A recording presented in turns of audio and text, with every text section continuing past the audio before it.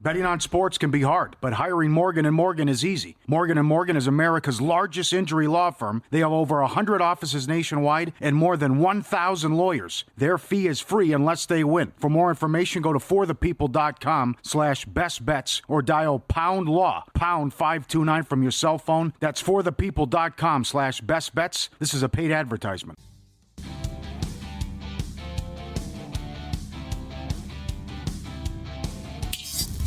This is Follow the Money on VSiN. It's good to have you on board here on a Wednesday, and every week at this time, former NFL MVP Rich Gannon joins the program, and he is on the Progressive guest line. Rich, always a pleasure to talk to you. How you been? Guys, it's great. A lot of stuff happening in and around the NFL. It's kind of been an exciting day. Yeah, really. Okay, so we're going to eventually get to A.J. Brown here in a minute, but I want to begin on a positive note here with the same position. And you're an awards voter. I went back and looked all the way back to 1990 because the Bengals, good chance they're going to finish below 500, but if they win out, they'll be 9-8. I wanted to see if a player ever won the award, Offensive Player of the Year, on a team that was below 500. Some players won it on a team that had 8 wins during the 16-game schedule, like Drew Brees with the Saints, Priest Holmes with the Chiefs. But nobody that I could find ever won the award on a team below 500. If the Bengals finish 8-9 or somehow went out and finished 9-8 and he has a Cooper Kupp type year, do you think he can win this? Oh, I think so. To me, guys, I'm not going to hold back the record on a guy that's had just a terrific season. You look at Jamar Chase, really Joe Burrow and Jamar Chase.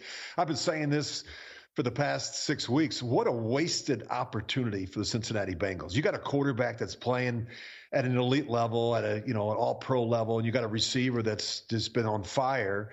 He's obviously playing for a lot of money, and because he loves playing football, and the two of them have been unstoppable. You look at the numbers that Jamar Chase has put up this season: 15 receiving touchdowns, over 1,300 yards. I think he's got 93 receptions on the season, and he's playing as well as any player in the league at any position. I mean, he's had that type of impact on the Bengals offense. Could you imagine if the Bengals could protect a little bit better, could run the ball and play defense? Mm-hmm. We'd be talking about one of the better teams in the AFC. Absolutely. This is right up your alley. And I remember growing up in Minnesota, Chris Carter used to complain once in a while. A lot.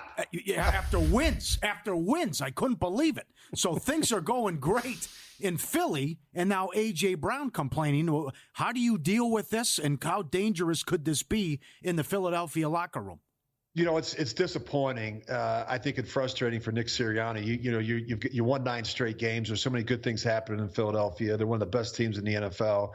And now you've got a player in the locker room that's not happy. And I get it. A.J. Brown is a dominant playmaker at that position. He's not getting the touches and opportunities and the receptions that you'd like. And I think it's a challenge for everybody, not just the head coach, but the offensive coordinator as well. And I think, look, guys, you play to a certain style right now, and the Eagles are just bullying people in the running game. The running back, Saquon Barkley, has over 1,000 rushing yards in the second half of games. And I think when you look at them grabbing leads early and playing really good and being the more physical team and just leaning on you in the running game to run out the clock, then you're not going to get as many opportunities in the passing game. I think when you look at Jalen Hurts, I think this is where he's at his best. If you get into situations where we're going to throw it 30 times a game, I think he gets exposed a little bit. But you have to still find a way to get your best players touches early in games. They haven't done a really good job of that. But I would say this. It speaks to, you look at A.J. Brown and some of these, great receivers. I played with Chris Carter. I mean, I remember we played in Cincinnati one time, Boomer Esiason went over there and played the Bengals. I think we beat them 47-0 or 47-7, something like that. I was the AFC offensive player or the NFC offensive player of the week, threw 4 touchdowns. I think 3 of them to Chris Carter. I think he had like 12 or 13 grabs for over 100 yards. I threw him a ball. I don't know why we were still in the game in the fourth quarter, but I threw him a ball late in the game, an out route, and I just missed him. I just it's maybe the one and only throw I missed that day. He turned to me and gave me the worst look. And I walked to the sidelines and I said, Chris, if you ever look at me like that again, I'll never throw you the ball. And as great a player as he was, and I played with some Hall of Famers. I played with Jerry Rice, Tim Brown, Tony Gonzalez. I played with a lot of great players. Chris was a handful. And as good as he was a very difficult and challenging teammate. And it is what it is. There's some guys you really enjoy playing with. Chris wasn't one of them. Okay, wow. That's incredible. Wow. So based on what happened in Philadelphia then with A.J. Brown, It happened last year when he was complaining during a win, and he went out the next 6 games and had more than 125 yards receiving in all of them. I'm guessing, and Kellen Moore talked about this already this week, they're going to make it a focal point. You think of the offense you mentioned right away, but maybe full game on Sunday against the Steelers to get him the ball? Yeah, I mean, I think it's foolish to say we're going to play the Pittsburgh Steelers. They got a really good defense. They got some great pass rushers, and we're going to have our quarterback drop back 35 times just so we can make sure that, A.J. Brown gets going. I think in the scheme of things, I think you have to have the conversations with the player. I think he has to understand, situationally who we are and what's at stake. And there's going to be games where he gets off. I think when you're running the ball as well as they are, they should be much better in a play action game. They should be much better at throwing the ball on first down. I think some of it falls on Kellen Moore, the offensive coordinator. I think you have to find ways, not just Saquon Barkley, but you got to find ways to get your best players early, get them going early in games. And they haven't done that enough in Philadelphia this season. Who do you like in the Bills-Lions game? And it's going to be a shootout, an incredible quarterback play. It's going to be a great game. We've got two teams that I think are similar, guys, in terms of how they've been built, right? Good line play, tough, physical, gritty competitors, 2 really good quarterbacks, 2 good coaching staffs, 2 good play callers, sound in the kicking game. I mean, they don't shoot themselves in the foot. I mean, this is going to be a great game. And Jared Goff I think he's, him and Sam Darnold are kind of like the Rodney Dangerfield of NFL quarterbacks. They don't get enough respect. I really like what I'm seeing from Goff this year. And, of course, you look at Josh Allen. He's having an MVP-type season for the Buffalo Bills. I think it's going to be a shootout. I feel sorry for both these defensive coordinators. Yeah, no kidding. What do you think here? How many of these teams out of the 2 here get to the Super Bowl? You think both? I got get my there? list right here, guys. Okay. I've got six teams. Wow. That I like. I got 3 in the AFC, 3 in the NFC. I gave you the 3 teams in the NFC: Detroit, Philly, and Minnesota. Okay, I'll give you my 3 teams in the AFC: Buffalo, Pittsburgh, and Kansas City. Okay, that's 6. Let me give you my final 3, and here's why. If you look at Philly, Minnesota, and Pittsburgh, my concern is when you get into the postseason, you play against better defenses, better coordinators, better quarterbacks, better quarterback play, offenses that can score points, better coaching. And there's a fine line. And I think you can only hide guys for so long. Sam Darnold, I worry about him when he gets into those type of games. Can he behave himself and not throw the ball to the other team? And Philly and Pittsburgh, they've got these quarterbacks that are good players. Russell Wilson, we just talked about Jalen Hurts. If push comes to shove and you get them in games where they have to come from behind, they have to throw the football, I think they become exposed. The other 3 teams, I think, give you the best chance of advancing to a Super Bowl: Detroit, Buffalo, and Kansas City. And not only advancing to a Super Bowl, but winning a Super Bowl. What's happening in Detroit this year? They're setting records. They've won 11 straight games or 12 straight, whatever it's been. Buffalo, we know about Josh Allen. I did a whole report today, guys. You'd be proud of me. I got it right here on my desk. I did a whole report on Josh Allen. Okay, this guy is so unique. I said one of the most dominant players in the NFL at any position. He's 6'5". He's 237. Let me read off some numbers for 7 seasons: 190 passing touchdowns, 62 rushing touchdowns, 252 total touchdowns. He's a scoring machine. You look at him this year: 23 passing touchdowns, 9 rushing touchdowns, lowest turnover rate and sack rate in his career. He's cutting down on the mistakes. He's thrown 14 touchdowns and just 1 pick versus the blitz. I mean, if I had to pick a team and start a team tomorrow, I'd have a tough time thinking, do I take this guy or Patrick Mahomes? That's how good Josh Allen has been this season. What has to happen for him not to win the MVP at this point? I think I think that these next 4 games are important, right? I think going out to Los Angeles and losing and putting up the kind of game he had, 3 passing touchdowns and 3 rushing touchdowns. I mentioned to you guys earlier. That hasn't happened. It's only happened one other time. You have to go back to Otto Graham, the 1954 NFL championship game. I mean, every week it's something different. The week before he's got a passing touchdown, a rushing touchdown, a receiving touchdown. I mean, I don't see him slowing down. But I think it would take something. I think it would take a couple of really bad performances on primetime in a national game for him to not win the award. Yeah, well said. And in about 90 seconds here, very big game tomorrow night. 49ers, more injuries. Very important game for both these teams. Niners hosting the Rams. San Francisco here at Circa favored by a margin of 3. Do you have an opinion on this game? Who's going to win? I like the 49ers. Look at the season that Brock Purdy has had quietly, guys. I think he leads the National Football League in yards per attempt. They've been banged up all around him. These are two really great coaches that know each other well, two teams that know each other well. Obviously, the Rams have won 5 of the last 6, but I kind of like the 49ers. I just, on a short week, Thursday night, there's a lot to play for if you're the 49ers, as is the Rams, but I think the 49ers are going to surprise some people on Thursday night. Yeah, we opened on wide receivers. Let's close here then, maybe on a refreshing note. How enjoyable would it be for you to play with Puka Nacua and Cooper Kupp? I love both of them, but let me just quickly say this about Puka Nacua. He's very rare and unusual for the position. His position versatility is fascinating. You know, they put him on the wing, and he's blocking in the running game, the screen game, the quick game, down the field. I mean, he's just a complete player at that position. I just think there's a lot of great receivers. We just talked about Jamar Chase. They all come in different shapes and sizes, but this guy, I'm just telling you guys, he is an absolute beast at the wide receiver position. Rich, awesome as always. Thank you so much for the time today. Enjoy your week. You guys are the best. Thanks. Thank you, sir. There you go. Former NFL MVP Rich Gannon on the Progressive Guest Line. Look at me like that again. I'll never throw you the ball. That was the answer to Chris Carter. Phenomenal. Oh my God, was that good? We will go over the best and worst teams in the NFL ATS with totals up next here on VSiN.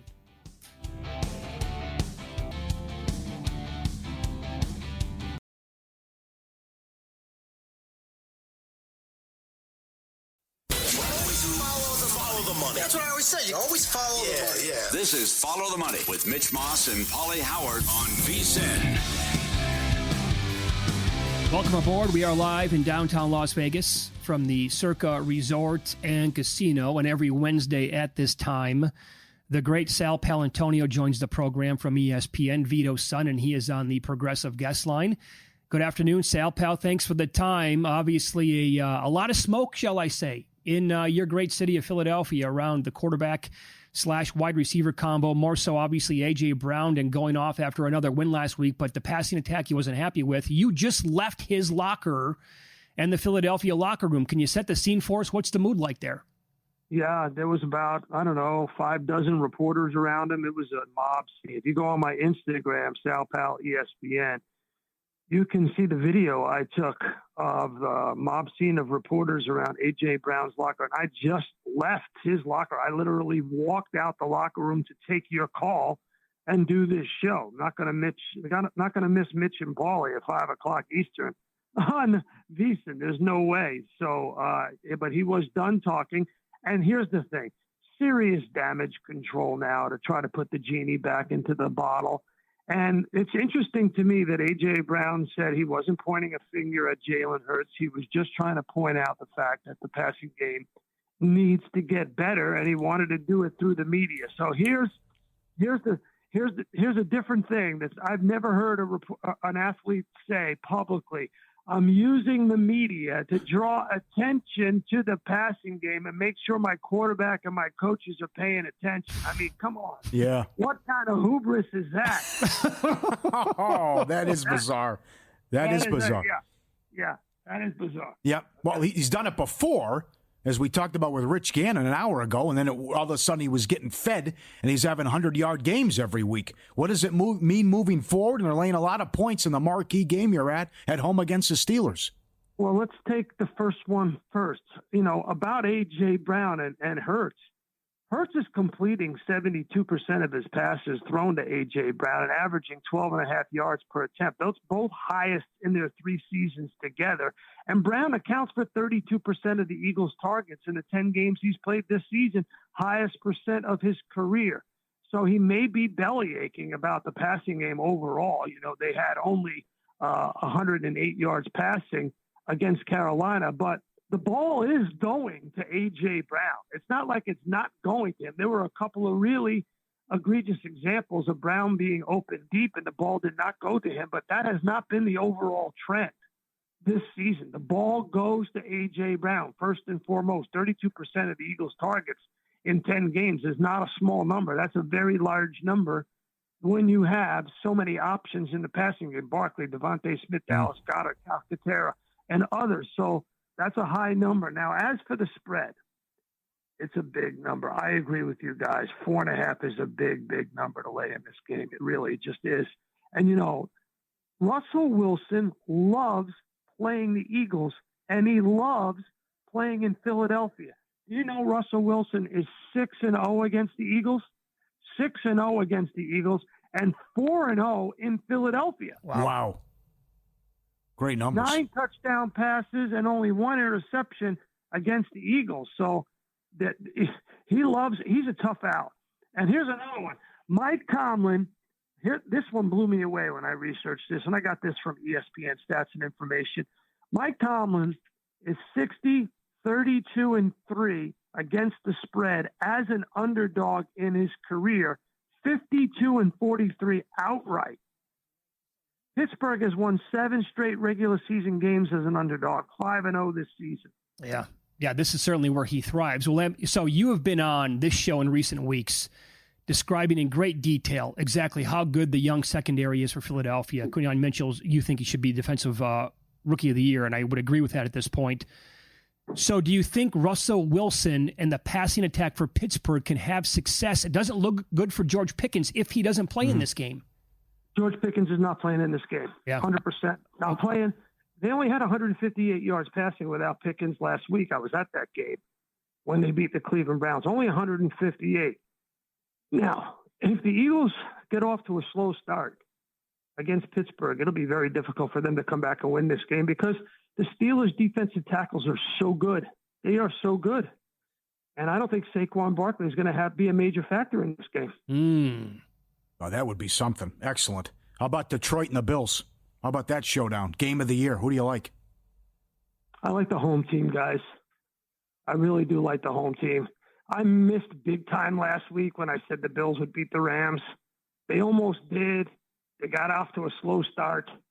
I just like Detroit at home. They average over 33 points per game at home. I just like them a lot. What do you think about them moving forward in January, Campbell? Really walking a fine line between aggressive and reckless. Don't you agree? I do. And we talked about this last year against San Francisco. Yep. There isn't a fine line between aggressive and reckless. It's a double yellow line. As a head coach in the National Football League, there should be clear double yellow line between being aggressive and being reckless. It should be right on your call sheet, guys. It should be, and the analytics department has got to lay that out for you. You do this when this happens. You don't do this when this is happening. Bottom line. And last year he was reckless, very reckless. And, I don't think he can be that way against teams that are just as aggressive like Philly. So we'll ask you this then. We asked Rich Gannon this earlier. We'll ask you, of these two teams now, how many of them are going to make the Super Bowl? 0, 1, or 2? Detroit and Buffalo. Oh, I think Detroit's going to make the Super Bowl. If they're home. They'll beat Philadelphia at home? If they're home in the Dome, in Ford Field, scoring 33 points a game, I think they'll be favored. They'll be favored by 4 to 5 points in that game, 3 to 4 or 5 points, don't you think? Yeah. At least a field goal. Yes. Field goal. Yep. Yes, they'll be favored by more than a field goal against Philly in the NFC Championship game at Ford Field. And, the Eagles still have to, Minnesota can score too. And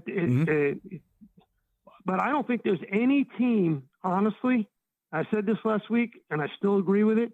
I don't think there's any team that can come into Philly and beat Philly in the playoffs, including Detroit.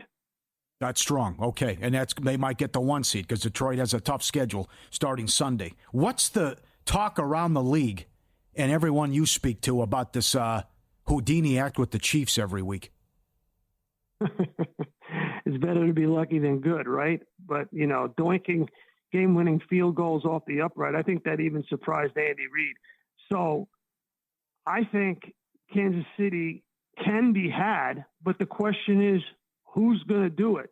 You can't tell me Buffalo because I'm one of those people that you got to show me you did it before I'm going to say you can do it. Kind of thing, right? Right, sure. Right. Now, Pittsburgh is a team that's built to go on the road. Why? 1, quarterback's not turning the ball over. 2, they can run it. 3, they can stop the run. They play great back-end defense. If there's any team, in my view, in the AFC that can go to Kansas City in the championship game and beat the Chiefs, it's Pittsburgh. We get that matchup coming up on Christmas. Excellent. Where are you at with Baltimore then? Baltimore's taken a little bit of a step back. I wasn't high on Baltimore at the beginning of the year, and, they fluctuated so wildly. Great games, had a poor game against Philly, now coming off the bye. But here's the thing, and it's the same thing with the Eagles, the kicker. Yes. When you're in the postseason, listen, 70-something games, more than any other time in the National Football League, are a one-score game. You got, in the playoffs especially, you got to have a kicker, and you got to have a kicker who's reliable, and you got to have a kicker who has a strong leg. Look at Vinatieri all those years. Look at Justin Tucker all those years. Mm-hmm. What was the difference in all those Brady Super Bowls at the beginning? 3 points. Right. They beat Carolina by 3. They beat Philly by 3. They beat the Rams by 3. Mm-hmm. All Vinatieri.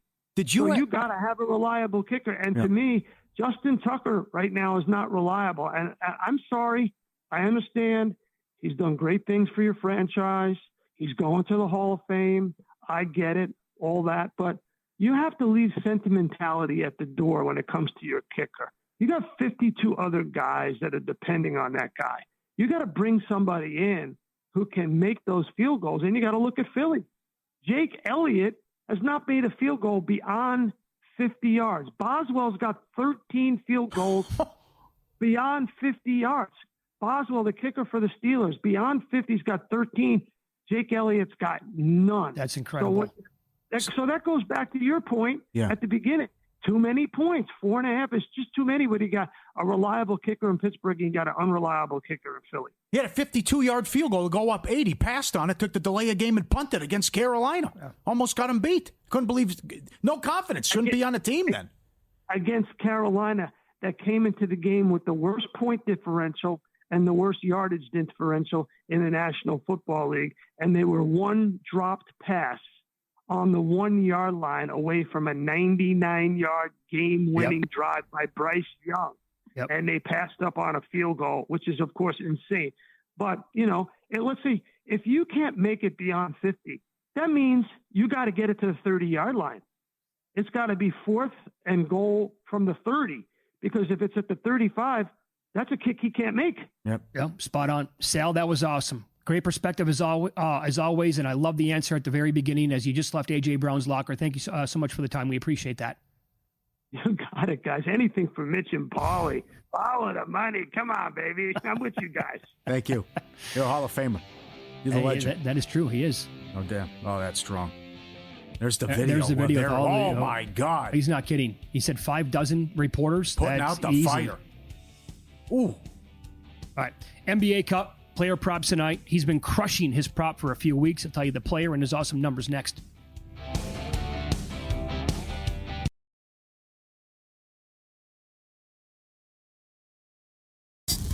This is Follow the Money on VSiN. Wednesdays are always super busy. Now it's time for the maestro, Mike Palm. He is the VP of this great property, Circa Resort and Casino, along with the Golden Gate and the D in downtown Las Vegas. Good afternoon, Mike. How are you today? Good afternoon, Mitch. Good afternoon, Paul. Very excited to be with you today. And you have a huge show this afternoon, and the third hour is going to be terrific as well. Okay, so we'll get to You Cannot Be Serious coming up in 15 minutes. I tease, do we need to bet? And I get it, it's only December, right? But do we need to bet Yankees futures before it's too late? They whiffed. I'll call it whiffed because fans are pissed off on Juan Soto. Couldn't bring him back. Whiffed. I think it's a good thing. I think it's a good thing they didn't sign for $765 million. Over the next 10 years, don't you think that's a good move for the Yankees? I do as well. I do. Added Max Fried. Winter meetings going on. I look at ESPN.com. I see they might get Kyle Tucker. If the Astros are willing to trade him to the Pinstripers, they might get Nolan Arenado. I would actually pass on him. I would too. If they can sign Christian Walker and bring in Kyle Tucker, now we're cooking with Chris Tucker's a future MVP. He's good enough to be one. He is good enough to be one. What's the rotation? It's going to be Cole, followed by Fried, followed by Rodon. Yep. Then I would imagine Heel in year 2 is probably in the 4th spot, and then Schmidt maybe 5, though. Very strong rotation. Obviously, their odds moved down. They became better off this Soto deal because the public perception is they got worse. They're still the shortest price in the American League. I mean, everybody's nationally. The Dodgers are $3.75, and now the Mets are $8. The Braves are $7.50, $7.50. You can get the Yankees at $8 right now. Yeah. Now, in their division, Jeff Passan has been great about this on ESPN this week. He's like, guys, you going to do something finally? You need to make a move here if you're the Boston Red Sox, right? You won 4 World Series in 15 years, and then you've missed the playoffs, 5 out of the last 6? They're sitting on it, though. It's like, oh, we won 4, so that's right. You haven't really gone out and done a lot of things. A few years ago, there was nothing better than being a Boston sports fan. Now all you have is the Celtics. Yeah, right. Well, it's true. True, yeah. The Bruins are a shell of themselves. Yeah, that happened quickly, by the way. Very quickly. Well, they got old very quickly, too. So they got Garrett Crochet today from the White Sox. He was number 1 in Ks per 9 last year out of all starting pitchers. And according to John Morosi moments ago, not only did they get him, they're working to acquire one of the Mariners starting pitchers. He does not name names, but they're all 5 are the same, so it could be anybody. But yeah, pretty much. But they're all really, really good. Who would you like? George Kirby? Who, if you could pick any of them, which one would you take? Oh, Kirby's so young. I like Gilbert. I think Kirby still hasn't learned to pitch yet. Okay. I think there's more potential on the upside. I think Gilbert, you've seen what you get. Gilbert probably the most consistent. I'd take Kirby. Probably, yeah. I think Kirby could push for His a Cy stuff is Young really one good. day. Really, really good. Yeah. You know who was here? Here on Saturday, they had a few baseball players stop by to watch the college football championships, and it was Eric Hosmer and a few of his buddies, and there was a guy sitting over in the corner nobody really paid attention to. I'm Dylan Cease. Hey, he's here with Honeycutt. Yeah, Honeycutt. Yeah, it was on social media. I sat with Honeycutt all day Sunday. He was at my table here. Yeah. He was firing. Yeah. And NFL. Honeycutt was. Yeah. Nobody was coming up. Nobody recognized Dylan Cease. No. Cease was the throwaway guy in the corner. The throwaway guy in the corner. Yeah. The Padres might throw him away. Yeah, they might. It's like being a golfer. Walk right down the street, no one recognizes you. Just make $300 million in your life, and nobody has any idea. Right. Are they going to trade him? That's like people. I don't know. Anyway. I hope not, for our sake. Yeah, for your sake. Was that long hair or a mullet Honeycutt had? No, I don't. Was that a mullet? No, it wasn't really a mullet. I don't know. I thought he was a steer wrestler at first. Then they entered. No, seriously. And then they introduced him because he came and sat at my table. Yeah, bizarre. What did Randy Johnson have? That's a mullet. That's a mullet for That's sure. a mullet. Yeah. Absolutely. Yeah. We talked about the 5 biggest surprises, like in sports off the field. He's stunned by this whole Belichick thing. Close. It looked like it's going to happen. Now, you asked me to prepare a list. Yeah. I did not see what you guys did other than you told me as a way of a reference that you put Belichick third. Yes. Right? Is that correct? I'm so stunned by this. I haven't seen your list. I'm assuming it's going to get done, and that's why. I intentionally did not go back and watch Tuesday's show. I mean, it didn't take a lot, but I intentionally didn't do that. All right, here's my list. Oh, it's nice for Luke. He did it in a reveal style. I don't know if you guys had that yesterday. Yeah, we did. All the technical ability here. I have at number 5, the fall of Tiger Woods, who you could argue was the most dominant athlete in any sport at one point, even more so than Secretariat. And then what happened from Thanksgiving 2009 and just spiraled out of control with the pills and the sex addiction and the divorce and then all these degenerative injuries that he's had. I had that as number 5, most shocking thing. So where he was at to where he's become. We did not originally have that in either of our top 5s. Really? But the feedback that we got, we're like, absolutely. He probably needs to be in the top 5, especially when the news first broke. Because Paulie and I both said, remember? Hold on a second here. That really did not happen. Yeah. Okay. Number 4 for me is the OJ low speed chase. That was number 1 for me. June 17th, 1994. Yep. Which obviously they've made a lot of movies. The whole saga of the murders and the trial and even years afterwards, it was shocking. I mean, my father had recently retired at that point and was obsessed with that trial. He watched it from gavel to gavel, and then we had to sit there and watch Larry King at night to see what Jerry Spence had to say about it. It was overwhelming. It took over the country. Right? Wall-to-wall coverage is right. My next event is June 19th, 1986, Len Bias overdose death 2 days after being drafted second by the Celtics. He was on my list. He was on your list. A lot of guys had drug problems in that draft if you go back. Bias was second. Brad Dorey went first overall. But Chris Washburn went third. Drugs. William Bedford from Memphis State went 6th that year. Drugs. And Roy Tarpley from Michigan went 7th. Drugs. Think about that. 4 guys in the top 7 all had drug issues. Do you remember him in college much? Do I remember? His senior year, they beat Carolina 3 times. Think about that. They beat him at College Park, at Chapel Hill, and ran him out in the ACC tournament. That might have been the only team that beat Dean Smith 3 times in 1 year. Good point. I said that our memories fade, right? I said, from what I remember, I was like 9 years old. I saw that guy. He jumped off the TV. He dominated Jordan in a game. Jordan, I said he was better than Michael Jordan in college. He was. Think of the career he could have had. He went to the Celtics. And he went with Red Auerbach in the Celtics. All right, my number 2 is November 7th, 1991. Magic Johnson announces he's HIV positive. And I think for a lot of social reasons, that humanized that disease, right? When I heard that, the only other person that I knew had AIDS was the kid Ryan White in Indiana, right? Because he's a kid that got it through a transfusion, and he became a very famous story in the early 80s. But the Magic press conference is like it was yesterday. And then my number 1 is Jordan takes the bus. October 6, 1993, Michael Jordan announces his retirement from the NBA, which was, to me, the most shocking thing ever, right? Off the three-peat. He's going to go now. His father died, pursue his dream. And then, of course, on February 7th, he announces he's going to White Sox spring training. That's number 1 for you. That's number 1. Jordan walking away from basketball. I toyed with Kobe in the the helicopter crash. You know, putting that in there, but I thought my list was okay. That's a good list. I think Kobe, we need to get him in at some point. Top. I had Penn State on my list. Ooh. And I think you could make Penn State number 1 overall because it was just so vile. And decades of it. Oh, yeah. God, it went on forever. And to think about somebody that was deified in Paterno becomes a villain in the story for having not stood up for the kids. We got a lot of emails and tweets about Cosell announces John Lennon killed on Monday Night Football. That one was that's a strong one, too. And then a lot of people in Canada said when Gretzky was traded. Gretzky, that's a big one. That was a shocker. Huge. I mean, especially up there. I had Dale Earnhardt on my list because I was watching it live. NASCAR was so big back then, and he was a rock star. He was the Tiger Woods of NASCAR. And he died in an event on TV right in front of our eyes.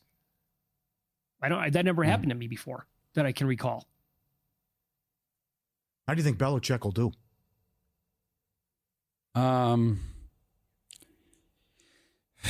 That's a tough program. How's he going to recruit? He's got $20 million, apparently. Yeah, they went up the NIL. Yeah.